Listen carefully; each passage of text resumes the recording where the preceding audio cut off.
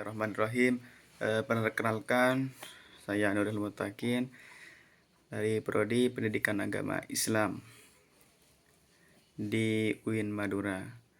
Di sini saya akan menjelaskan pembelajaran statistik, yaitu seorang peneliti ingin mengetahui apakah motivasi belajar berhubungan dengan hasil belajar matematika siswa. Selain itu, peneliti juga ingin mengetahui apakah terdapat perbedaan hasil belajar antara siswa yang mengikuti kelas eksperimen atau menggunakan media pembelajaran interaktif dan kelas kontrol, itu menggunakan pembelajaran konvensional.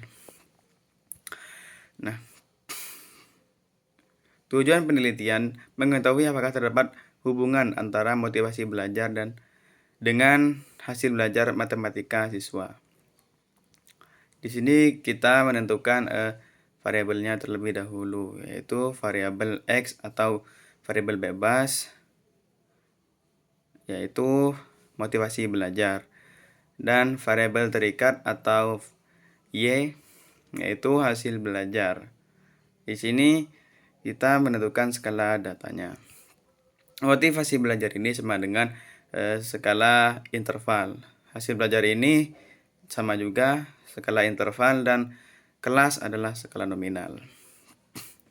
Yang ketiga, kita cari hipotesisnya. H0, tidak terdapat hubungan antara motivasi belajar dengan hasil belajar, dan hanya terdapat hubungan antara motivasi belajar dengan hasil belajar. Nah, H atau koefisien korelasinya di sini adalah 0,972. Nilai 0,972 menunjukkan hubungan positif yang sangat kuat antara motivasi belajar dan hasil belajar.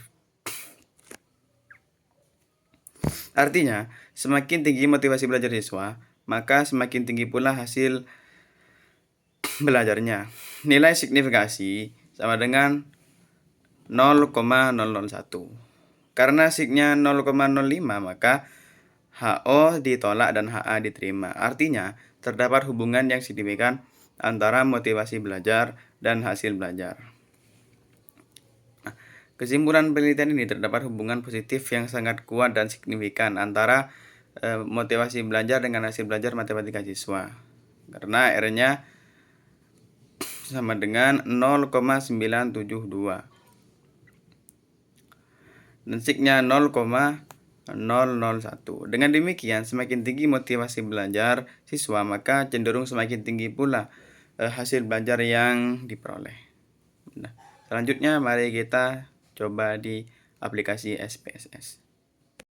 Nah, sekarang kita sudah berada di aplikasi SPSS-nya. Yang pertama, kita di label ini berikan hasil motivasi belajar, dan di bawahnya adalah hasil belajar.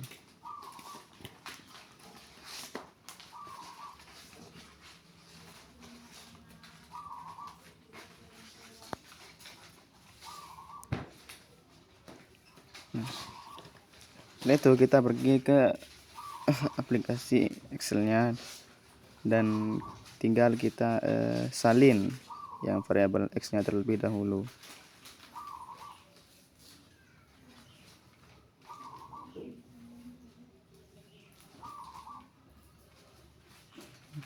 Setelah itu kita kembali ke aplikasi SPSS-nya dan tinggal tempel saja di variabel X-nya itu.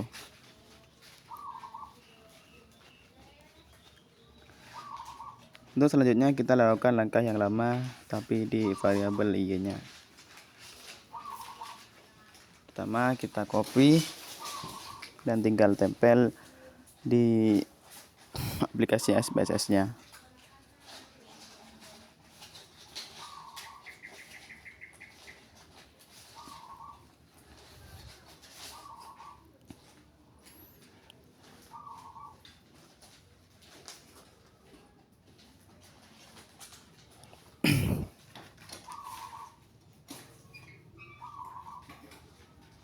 Setelah itu kita pergi ke analisis dan pergi ke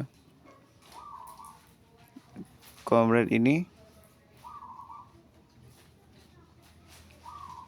dan sesuaikan dengan langkah yang saya lakukan. Terus kita tinggal pindahkan motivasi belajar dan hasil belajar ini ke sebelah kanan. Dan setelah itu kita klik OK.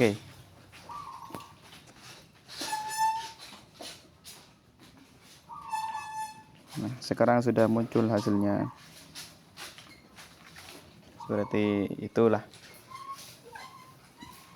yang dapat saya jelaskan kepada kalian semua. Jika ada kesalahan, saya mohon maaf karena saya masih menempuh pendidikan. Karena saya juga belajar. Sekian, terima kasih.